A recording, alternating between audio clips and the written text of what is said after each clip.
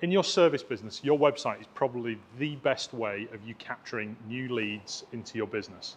And on today's video, I'm going to be covering the top 10 ways that you can capture leads using your website.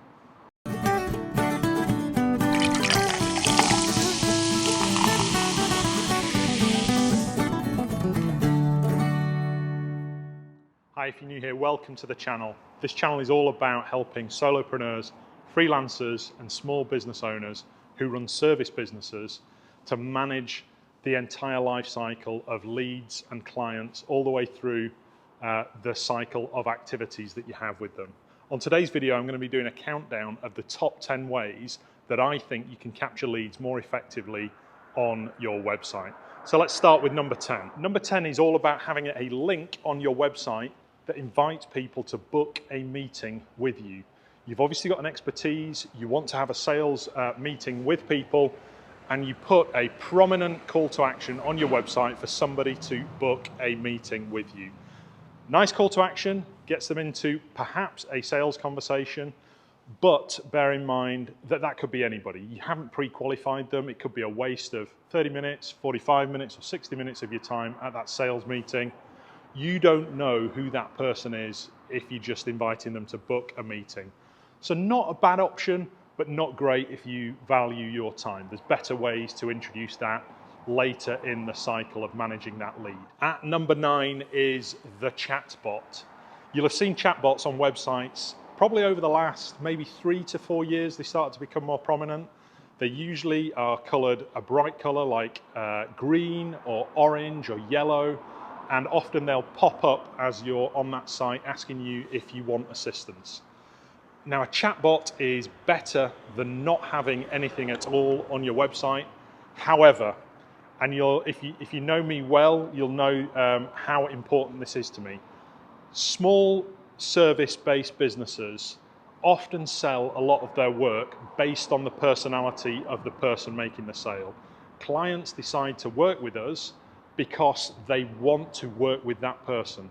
What chatbots don't do all that effectively is get across that personality. They seem a little bit impersonal, they seem a little bit mechanical, and it can create a friction with that person that's visiting your site when they find it. So marks here for capturing the lead. It's better than not doing so, but negative marks for the fact that it's very depersonalized. Better than chatbots, and at number 8 are live chat icons at the bottom of the page. So the difference between live chat and chatbots is that a chatbot will put up an automated message. There's nobody on the back of that that's dealing with it until the inquiry comes through. Live chat, you're responding based on whoever's signed into that live chat account. The reason this is better than chatbots is that you can have a proper interaction with somebody. If there's a question on their mind, you can answer it straight away in the chat. You can get your personality across a little bit more, and you're able to respond in a tone of voice that is closer to yours in the business. The downside of this is that if you're not available at the time that somebody is on your website, often it might be late at night that somebody's looking for information on something, then the chatbot won't be as personalized and as interactive with that person. They often fall back into that chatbot mode and capturing the lead. So bonus points here for the fact that it is you and it's more personalized and it's interactive and you can spark up a chat conversation with the person that's on your website.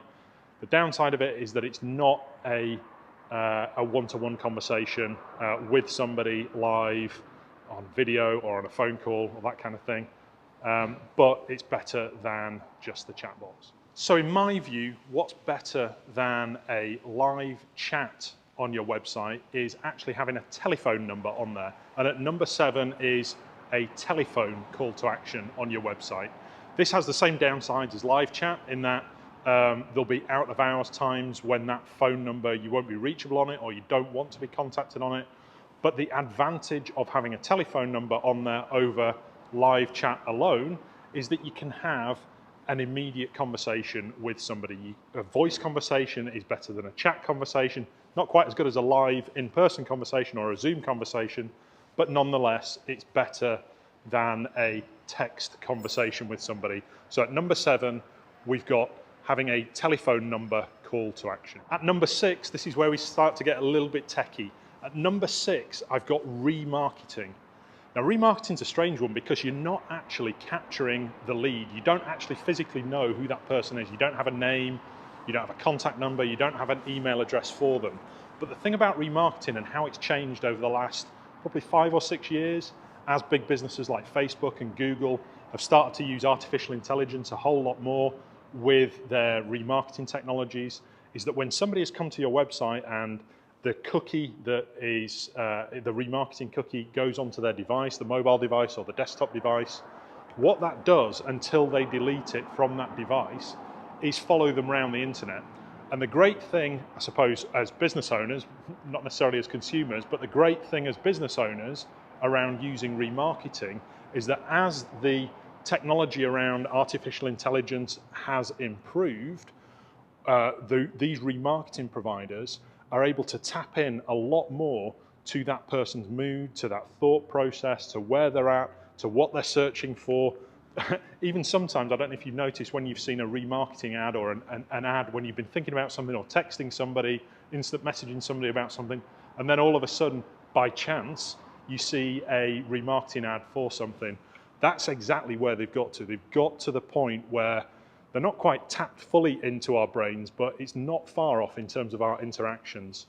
So that's why I'm putting remarketing on the list at number 6, that even though you don't know who that person is, you're able to still keep sharing your message with them via remarketing ads so that you can bring them along that funnel and make them in a more aware position to be able to eventually buy from you. Okay, so I might have freaked you out with the remarketing one and the fact that it's not really a lead at this stage. With number 5, we'll drift back into something that's probably a lot simpler to understand.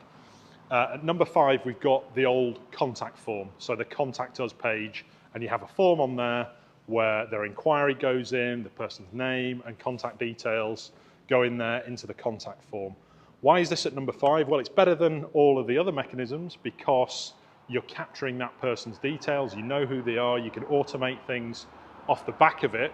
The reason it's not higher in the list is that having analysed my clients' contact forms over time, there is definitely a trend and a tendency when people will make an inquiry via a contact form that they're often quite lazy searchers, quite lazy buyers. So instead of perhaps spending more time looking at the information that they could find on your website with just a few more clicks, or reading a blog post that you'd like them to read before they buy, they just contact you via a contact form.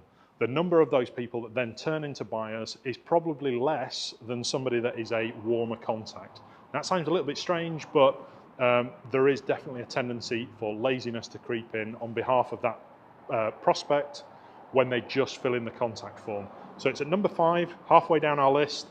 Better than most methods for capturing leads, but there's still some that are better than it. At number 4, there's something that I think is better than capturing somebody's lead via a contact form, and that's an invitation for them to connect with you on a social media account of your choice. If you're in B2B, that's probably LinkedIn. If you're in B2C, it's probably inviting them to make contact with you on Facebook or via your Facebook page or Instagram or something like that. I think that this is a better mechanism than just the generic contact form. And the reason being is that if they're happy to connect with you on one of those platforms, they're probably hanging out on those platforms as well. And so they're seeing your message over time in there. Most people don't buy immediately from you. They'll want some sort of nurturing, they'll want some sort of assurance that you're the right person, you're the right business that they want to deal with. And them seeing your posts on LinkedIn, Instagram, Facebook, wherever it happens to be, gives them that degree of assurance and reassurance that you're the right provider of that service for them. I think that giving an invitation to connect on a social account is a stronger method of capturing that lead than a contact form. So now we're into our top 3. At number 3 is inviting somebody to join an online community. So it's something like a Facebook group, maybe a LinkedIn group, or a Slack channel, or something like that. It gives them a stepping stone to find out more about you, about your group, about your audience, about your community, and it gives somebody a really safe place to find out more about how you can help people. If you've got a free group that can do that, whether it's on Facebook, perhaps Slack if you're into that, or LinkedIn, although I must say I've never quite worked out LinkedIn groups and why you don't see all of the feed that comes through when you're using LinkedIn. That might just be my settings. But some kind of online group, some free online group, is a great way to build that trust, to build that continuity with somebody and build up that rapport further. So now we're at number 2, in my opinion, the second best way of capturing leads on your website, and it's an ebook opt-in. What we mean by this is somebody leaves their details on your website, email address. I would also recommend first name as well, if not full name. And the great benefit of this is that they're getting some value from leaving you their details. You then have their contact details to be able to then build ongoing rapport with them via a marketing automation sequence or autoresponder to follow up from that initial ebook download. And also, if they invest the time to read the ebook and to study it a little bit further, you're building trust, you're building understanding and knowledge in that person. It's turning them into a better buyer from you because they understand your working model a whole lot more. And also, you're probably cementing in their mind enough of an insight into how they can solve that problem that they have that they've opted in to receive this ebook for in the first place. So loads of great benefits to the ebook. The only one downside with it is that so many ebooks get opted in for and then just unread. They're either not read from the email, or they're downloaded onto somebody's computer drive and just never opened again. So what's really important with this is that you make sure that your autoresponder sequence that you're following up with covers not only the things that you'd like to take that conversation further with, but also covers some of the key content of the ebook itself. Because what you'll find is most of the insights that somebody will get from that initial intent of solving their problem with the ebook, you'll get that across in your email marketing after they've opted in. Now then, we come to number 1.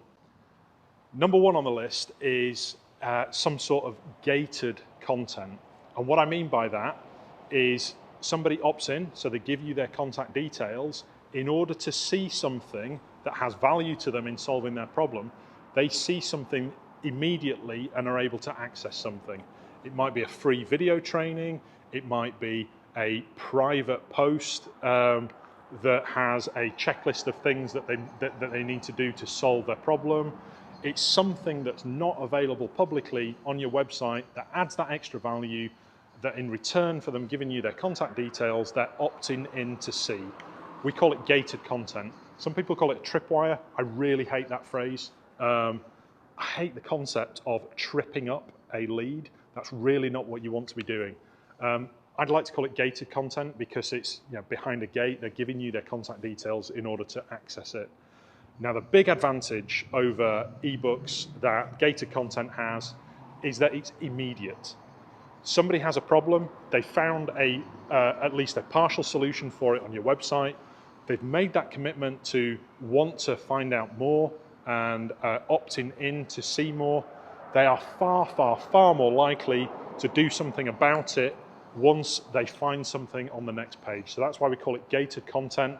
Whether it's a video overview where you're talking to camera like this to help somebody with something, or it's a download checklist, or perhaps even the ebook sits behind that gated content, people take far more action on something that they get immediately without having to move off your website to go to their email account to find something in there to then read it and open it somewhere else. People take a lot more action if the information that they're looking for is more readily available without having to go anywhere else. So there you have it. That's the top 10 list of ways that you can capture leads on your website. I hope you found this insightful and useful. If you have, give it a share or a like, or subscribe to our YouTube channel, Lemonade Plan. If you disagree with any of it, I'd love to hear your thoughts, or if I've missed something out, drop a comment and let's continue the conversation there. Until next time, thanks ever so much for watching.